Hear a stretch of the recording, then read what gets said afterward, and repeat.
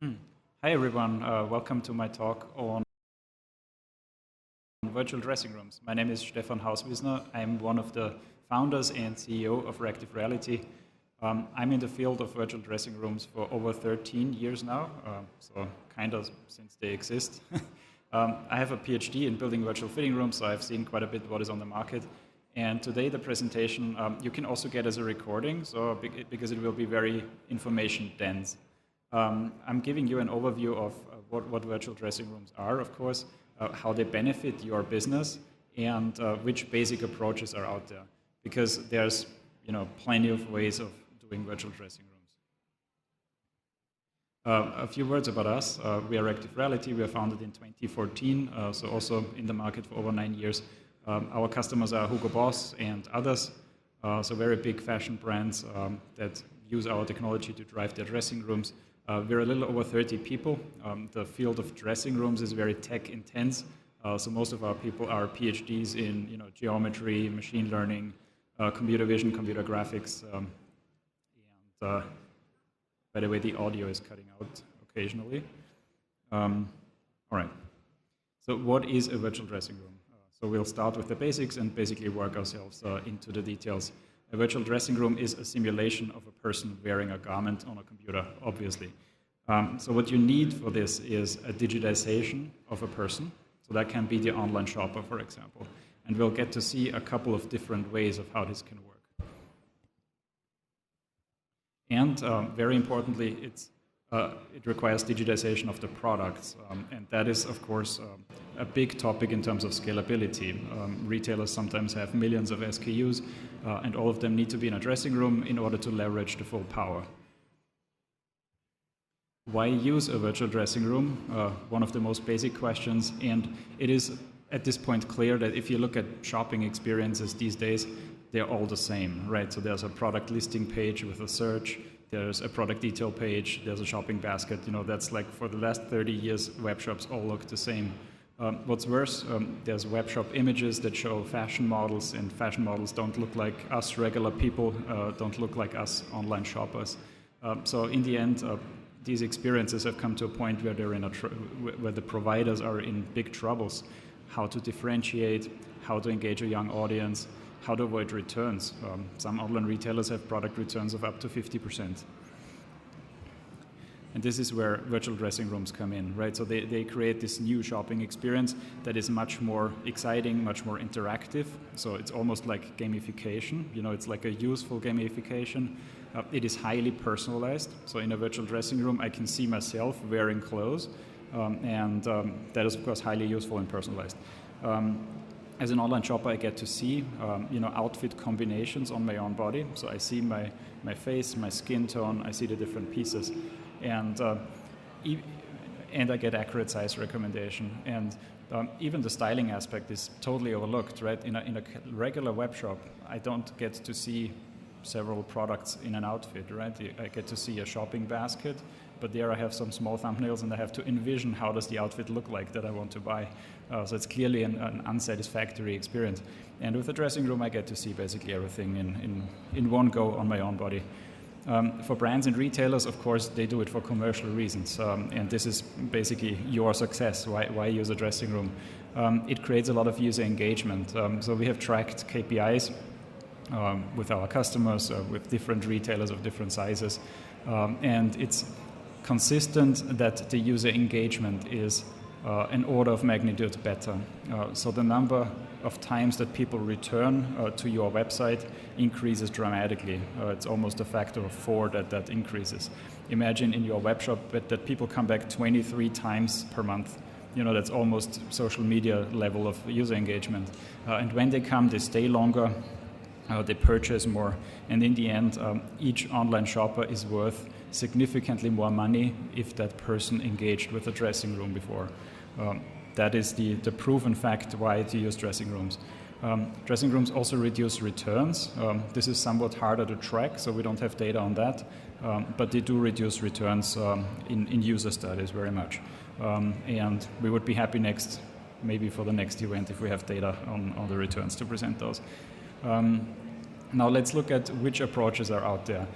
We are going to look at approaches that are available today. So nothing you see in this presentation is, metaverse level 10 years in the future, but rather it is something that you can deploy today, and we're only judging things that can be done tomorrow, basically. And we're going to look at how that adds value. And so the solutions on the market are numerous. So if you're here, you maybe have Googled virtual dressing room one day or virtual try-on, and you'll see there's dozens of providers. We have collected them into different categories that increase with sophistication, if you will. So we're going to work from 1 to 4, and the requirements go up, but also the benefit goes up as we discover new approaches. The most simple solution is just a size recommendation. So this is sort of at the border of even being a dressing room.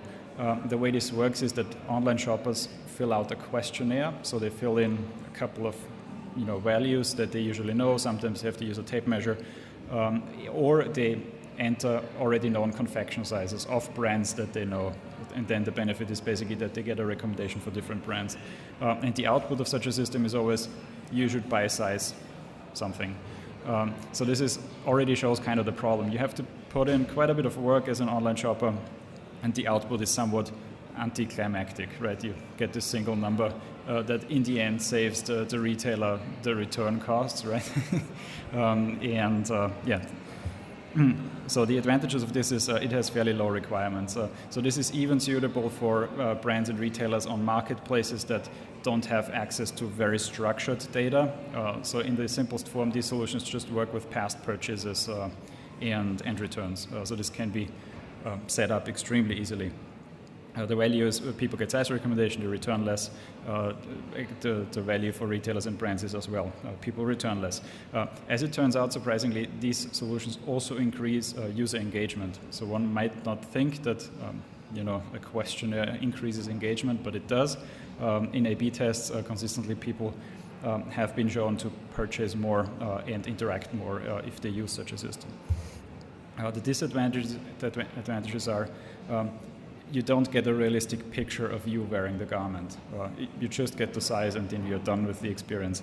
And some of our customers have reported that fewer people engage. So they've only seen single-digit engagement numbers because people hesitate to put in the effort if the output is just a single number that reduces returns and cost kind of for the company and not the shopper. Requirements for this, I got to that. This is really easy to set up, requires purchase or return data, and it's very privacy safe. So from a set of body measurements, you cannot determine who a person is, so nothing in this system is kind of privacy critical. Now we are increasing the level of sophistication. We're moving from pure size recommendation to body measurement and size recommendation. So now basically on the left, you can see an example of a body measurement solution where a user is posing in front of a camera. Usually 2 body poses are enough. You get a smartphone, you place it somewhere, it records you, and it tells you the size. Now the number of measurements that you need to enter as a shopper is less. So usually body height is enough, and the system figures out all the other measurements. Again, the output is a size recommendation, a single size recommendation. And I think we can already see the disadvantages here, right? Posing in underwear in front of a smartphone camera is something that some people love to do, but very few. So often brands and retailers come to us requesting this, and then we tell them, do you realize that you're expecting your customers to pose in tight-fitting clothes or underwear in front of a camera? And then they're like, oh, haven't thought of that really. So advantages here are, this is somewhat more convenient than a pure size recommendation in a sense that you don't need to know all the measurements, but you need to be willing to pose in front of a camera. Values are basically the same as of a size recommendation solution, but the disadvantages are definitely the user photo. That's the acceptance of users posing for that photo, and it's also a little bit of a liability. If you own photos of people in their underwear with their face visible, that is absolutely personally identifiable information, and it is something that needs to be treated very securely. In terms of integration, just really briefly, it requires secure storage and data needs to be encrypted, basically. If that is the case, then it's perfectly safe to operate, but it is something that needs to be considered. Now we're getting to the, and I moved quickly up to this point, now we're getting to the real virtual dressing rooms, which we consider to be something visual, where you get to see yourself wearing clothes.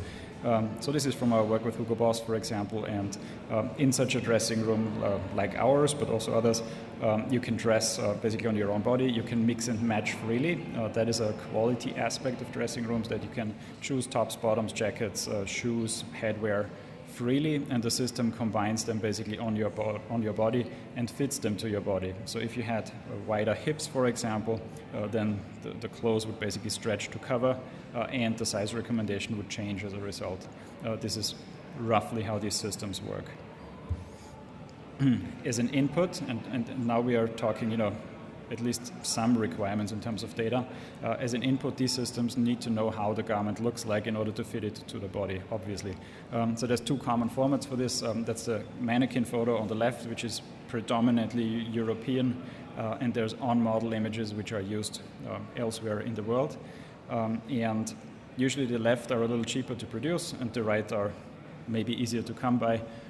There's different providers basically that allow you to use either of these. Usually there's neural networks that process these photos and turn them into something that you can dress on a new body, basically. So now we are finally in the domain of having real advantages in terms of user engagement. So these are visual interactive systems that allows people basically to see how an outfit looks when it's worn. They are realistic in a sense that they work with a user photo and augment the clothes onto that user photo. So by definition, the user looks photorealistic. That's incredibly important. So over the years, what we've learned is primarily the user needs to look good. Secondarily, the garments need to look good. Because if the user doesn't look good, they're not going to buy anyway. The value to users is now they finally see clothes on their own bodies. They make better purchasing decisions. That is a general term for they buy the right size, but also they buy the right fit and the right style and items that go together as they intend. Value to brands and retailers is, of course, now the higher engagement. So the reduced returns is a factor, yes, but the predominant factor that we can measure is higher user engagement, in a sense that people come back more frequently, they spend more time, they discover more products.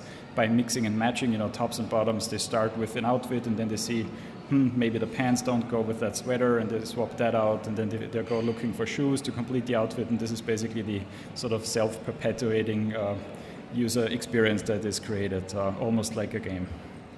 The disadvantages are some providers require full body photos, similar to before, but not all do. Like our solution, for example, can do what we just saw without a full body tight-fitting clothes photo, but just with a photo of the head of the person.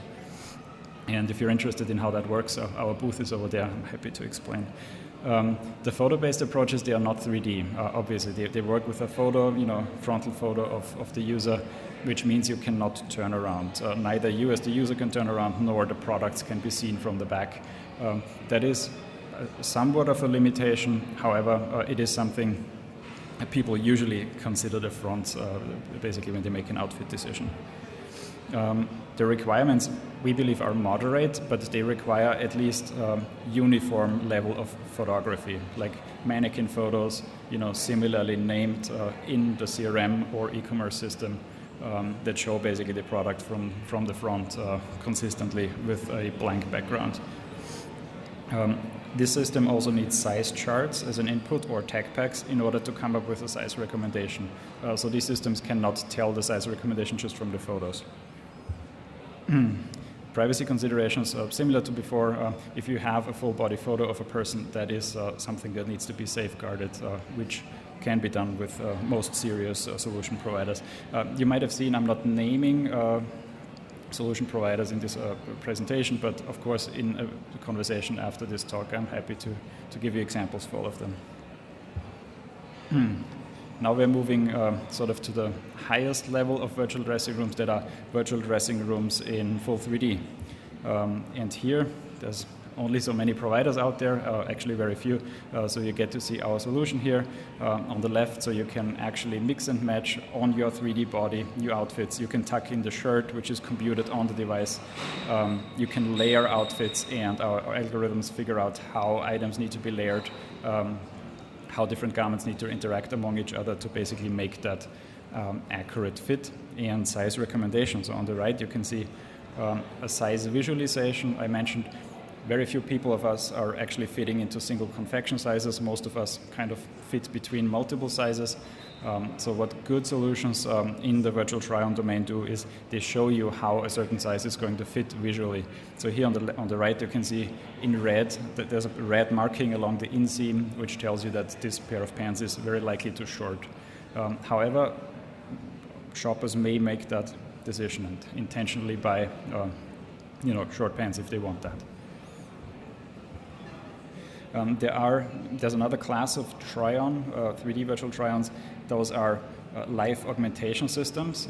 So that is predominantly a major messaging application that requires you to point your phone at somebody else, and that somebody else is getting dressed with a pair of, with an outfit basically. And this is very fun, this is something you tend to share, but it's not really something that helps you to purchase something because you cannot operate it alone. So this is what some people don't quite get. So this is purely for messaging and social applications. In 3D, the main challenge is always how do you get 3D models, and we are supporting a number of companies in their digitization journeys. So usually that means that they do CAD modeling and increase their coverage of Clo3D or Browseware or other solution CAD models, and this is something that we can work with in the form of a dressing room. However, most brands out there don't have 100% coverage, and if they tell you that, they probably still don't have it. They just don't know, because there's a difference between CAD models that are good for manufacturing and CAD models that actually look like the product and that you can render and really give a realistic depiction of the product. If brands or retailers don't have access to that full coverage, we help them with a 3D scanner. So we have this basically dual mode where you can mix 3D scanned garments with CAD models in the same outfit.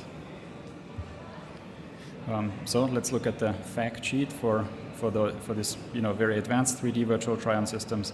They are visual and they're interactive. You can zoom in from all sides. That is of course the main advantage of 3D.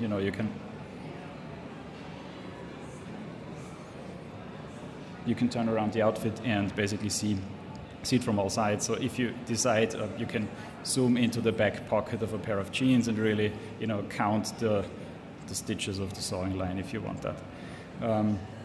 It has the highest level of fit accuracy. So in 3D, the level of simulation is much better than in 2D. So the accuracy of the size prediction and the fit prediction is much better. The value to users is similar to a 2D try-on, and that is also sort of the upshot of this. 3D is great. However, it has higher requirements, and the benefit is kind of the same to an online shopper. They get to see how multiple pieces go together, how they fit on the body, and they get size recommendations.